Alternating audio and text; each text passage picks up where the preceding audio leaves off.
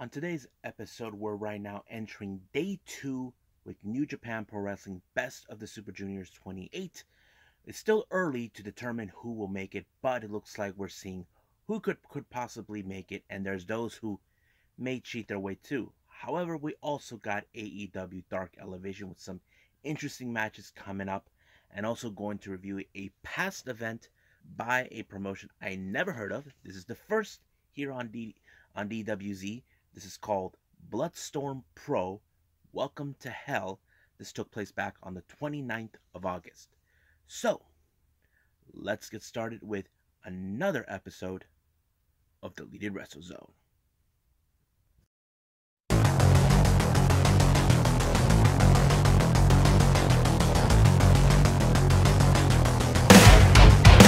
Are you ready? Get up, get up! Get up, get up! Get up, get up! Get up, get up! Get up, get up! Get up, get up!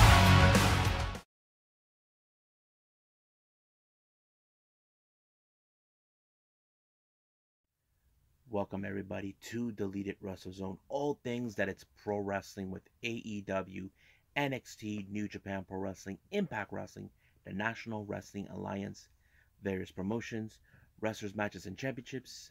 I am your host, Jared here. So, let's begin with New Japan Pro Wrestling with day 2 of Best of the Super Juniors.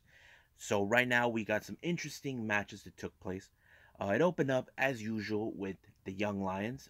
We have this time Kosei Fujita and Rohei Oiwa. So this was these guys are no strangers to each other every single time. There are times one win or the other, but today it did not end up. I mean, it was a pretty good match, but today it ended up once again to the one thing many fans here in the US don't like is time limit draw. So basically that's how it ended. I mean, don't get me wrong, these two guys are good. I've been following them since I first heard of them, but we'll see how they progress along the way. Now, our first match involving Best of the Super Juniors, we have Doiki taking on Yo. So this was a very usual thing. Now, I do see Doiki. He could be one of those guys that has to be pushed. Now, Doiki is amongst the members within Zuki-gun who hasn't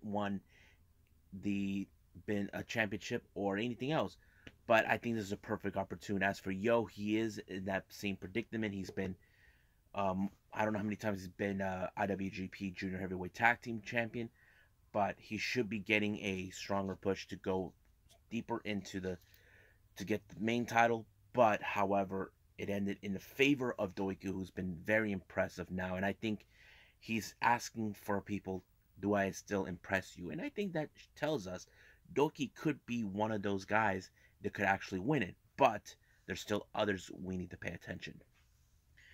Our next match, we got LIJ's Bushi taking on Ryusuke Taguchi. Now, Bushi had a disappointing loss in the first day, so Taguchi, on the other hand, he had his first win. But this was a very interesting match. Now, Bushi, we all know he is also a former junior heavyweight champion. He had to be facing against a guy who we all know he likes to have fun. But does he have what it takes to get through him?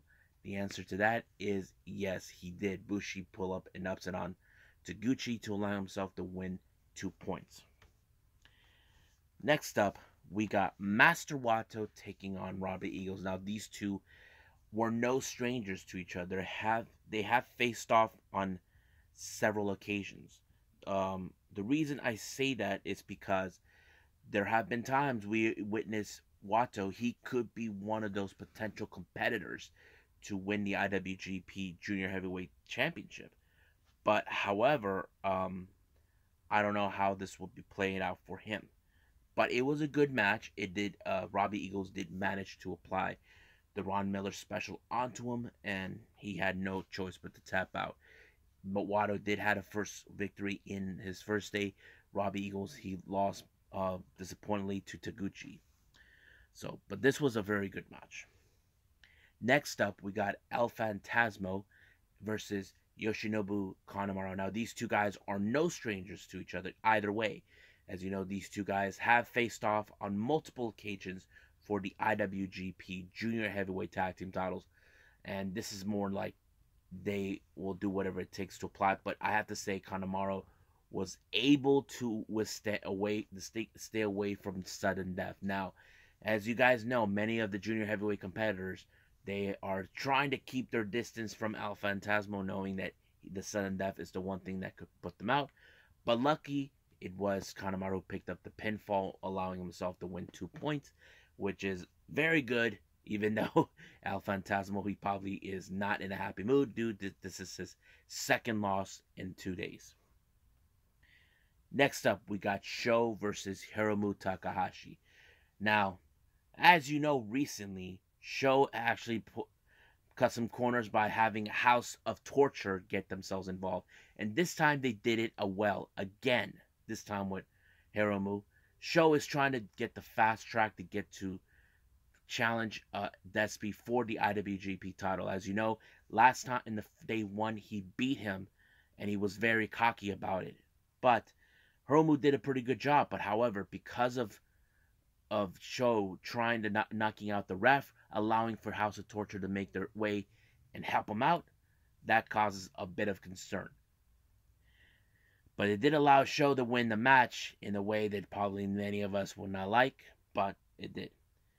Our main event, we have Taiji Ishimori versus El Desperado. Once again, these two guys are no strangers to each other at all, but it was a pretty good match. Now, Taiji, as a veteran, he did everything possible to put Despy in a submission move, but Despy was able to kick out of it. But this time, finally, that Taiji actually did pull off in like the bell lock, similar to like it, and forced Despy to tap out. Now, however, there's an implication to this. As I mentioned this before, Desperado is the current IWGP Junior Heavyweight Champion, so that means as soon as this tournament is over, once it's over all the way to Wrestle Kingdom, we could possibly see Taiji Ishimori challenge Despy for the title.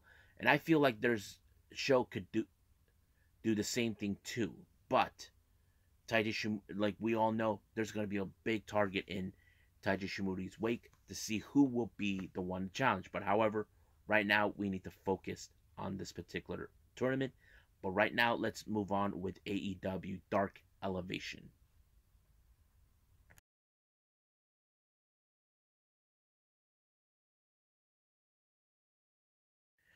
Okay, so let's go with AEW Dark Elevation.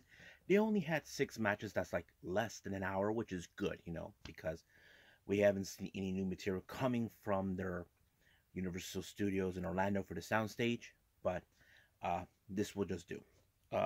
First match, we have the Gun Club, consistent of Colton, Austin, and Billy Gunn, taking on Nasty Russ, T-Money, and Sean Hook. I don't know who these guys are, but you can immediately guess the Gun Club one, because that's how it is, because these guys are technical, we can call it jobbers as we want, but I don't feel it's like the right terminology. Let's just call it developmental guys, learning curve, all that sort of thing. But of course, the Gun Club continues to show their dominance.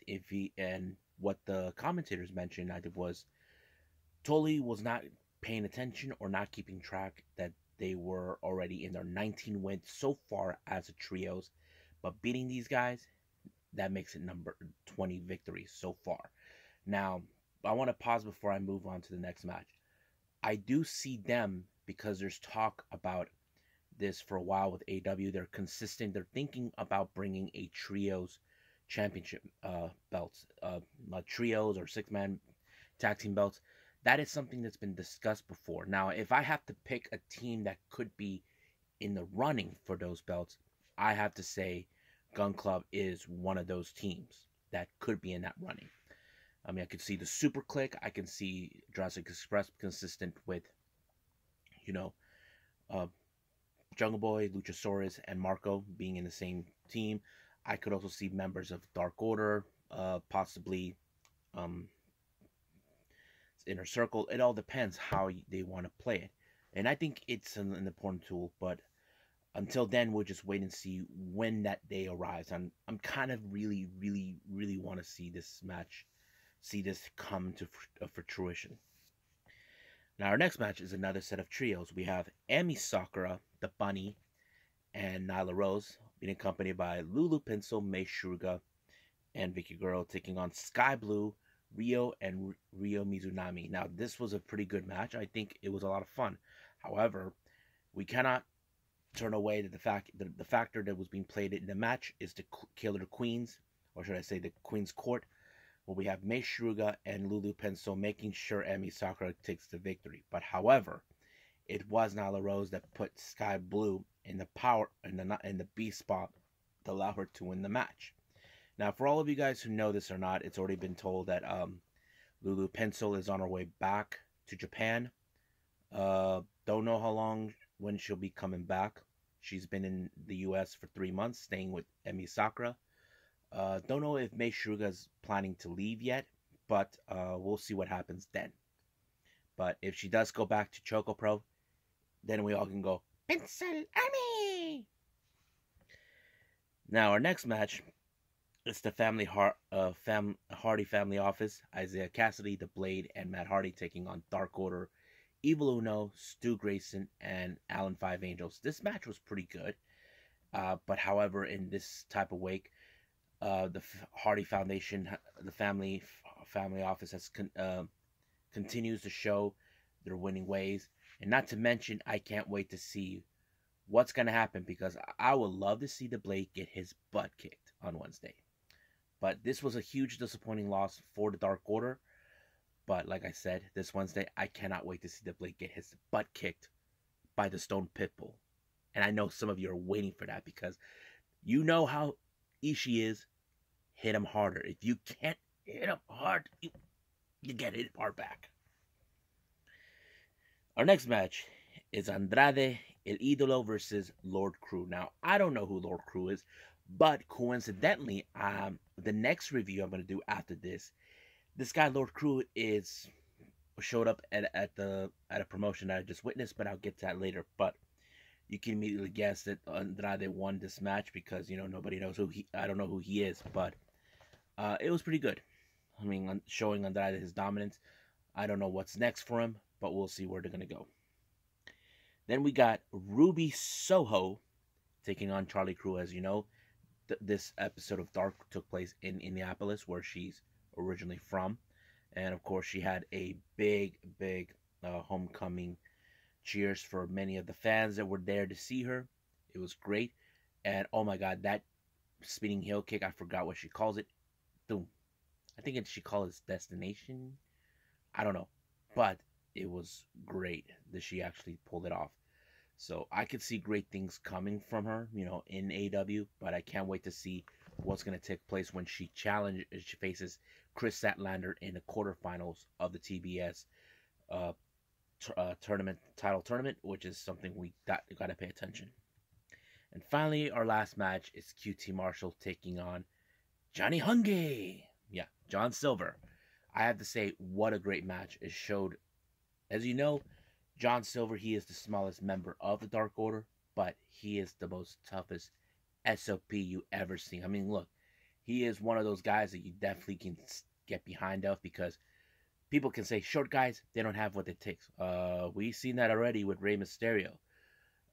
We've seen others, but Johnny Hungy pulled off that little spinning twist, and boom. Sorry, QT Marshall. Better luck next time. And of course, John Silver, he's amazing to watch. So can't wait to see what's going to happen this coming Wednesday on Dynamite. But right now, we got to move on to the promotion I got to follow, BloodStorm Pro.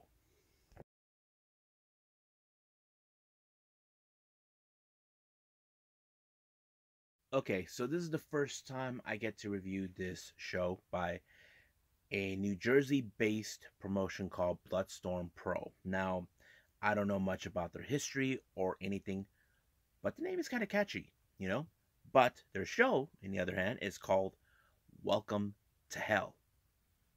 And I'm thinking about this when I hear this title, welcome to hell. That is something we see on Halloween. But to be honest with you, this did not take on October. It took place on the 29th of August. I'm like, okay, why do you have this title? You could have saved it for October. It would have been a lot more simpler. Because, of course, it is the devil's birthday on Halloween. But anyway, the first match is tag team action. We have the Hallowed, consistent of Lord Crew, who I mentioned on AEW Dark, and Otis Cogar. Not Acticus Cogar, Otis Cogar. Taking on Jeff Cannonball, who I seen before on ICW, and of course Kennedy Copeland. Now, Kennedy, she is like the wildfire in this one. All she wants to do is kick some ass, and that's what she was doing. But her arrogance cost her the match when, of course, the Hallowed put her out for good and then put her in a 1-2-3, and that was pretty much it. Next up is the one group we don't like in ICW. We hate them. The one couple, the Kirks. Yeah, Brandon Kirk along with his wife Casey Kirk taking on Sean Henderson. Sean Henderson, he seems like a very big-hearted guy for a guy of his size, but he got screwed in this match by Casey when she got in the way. Referee did not see it coming. He did not see it, but Sean Henry was not happy with the results. However, Casey decided to face her opponent early on, Molly McCoy, but of course, that sleazeball of her husband was right there, making sure she wins. But at some point, Sean Anderson came out to give a little payback, but at the same time costing Casey the match, leaving Molly McCoy to win the match. This does not go well great for Casey because she wanted the Kirks to have 2-0 of the night, but it did not. So, better luck next time. Next match, we got Hallow Wicked. I have to say, I'm becoming a big fan of this guy. I love his mask. I love his gimmick. Taking on Jerry J. I have to say, it was a really interesting match because, seems the entire audience was divided in half. Half of them were going for Hallow Wicked. The other were going for Gary J. But, however, it was Hallow Wicked that pulled it off when he pinned him, and it was 1-2-3, and it was over right from there. Our next match is a very unusual type of match. It's called Gateway to Annihilation match with special referee Louis Ramos, consistent of Raven Havoc and the Carver of Cutter Alley, along with Mother Endless. Now, this is like a bit of the hardcore death matches type of style, but however, Carver was like really, really taking this to the extreme, and Raven had no chance in the world to try to outdo him because the guy is nuts. And that kind of played out pretty well. Kind of like when I look at Carver, he kind of reminds me a bit of the Texas Chainsaw Massacre, but he's not. He's not using the chainsaw, in case you guys ask. Our next match, we have tag team action. We got Above the Rest, consistent of Gabriel Sky and Tristan Ty, taking on a team that I already mentioned before on House of Glory, the Rep, consistent of Dave McCall and Nate Carter. Now, this match was pretty good. It was pretty awesome, I have to say. There was a lot of great spots in there, but however, the match ended in the favor.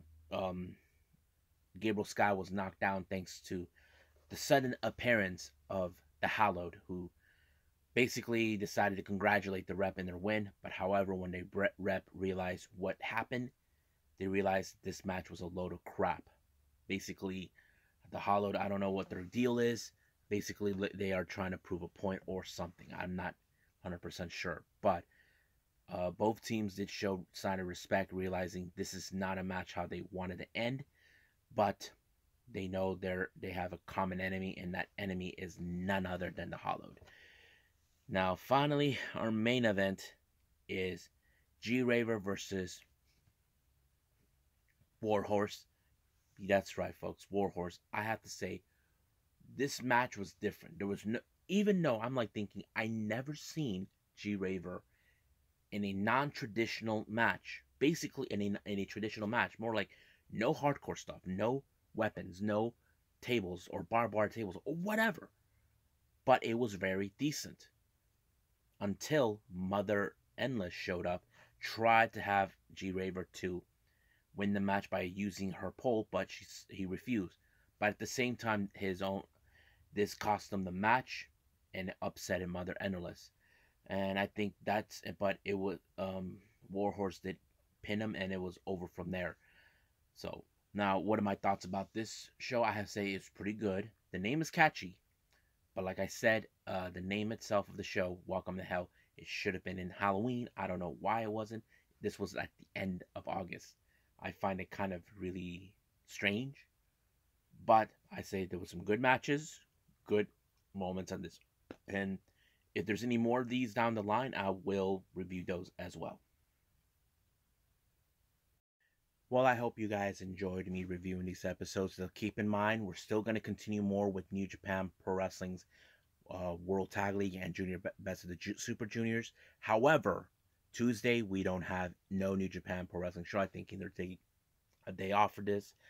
But for Tuesday we do have, of course, the NWA, AEW Dark, and we cannot forget NXT 2.0. And I'm very excited. And if you guys need to know, I have done the next podcast that came out earlier today. You'll be able to hear that. There's some interesting topics that I talked about. I've talked about Walter. I talked about Mina Shirakawa's new acting like Gollum. Now she's challenging for the white belt from Tam Nakano, her own teammate. The Best Friends joining Chaos, Full Gear, and Acra's Girls shutting down. So basically, I had a lot of things to talk about that, but you should check it out if you guys haven't. You can look for me on the WZ podcast with J-Rod. I believe you can follow me. Hold on a second. Let me look for the distribution.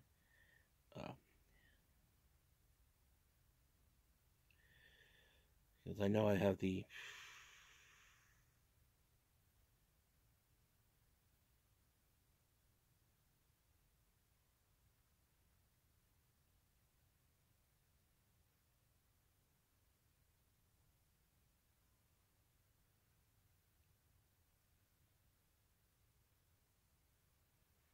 Okay, you can catch me on Apple Podcast,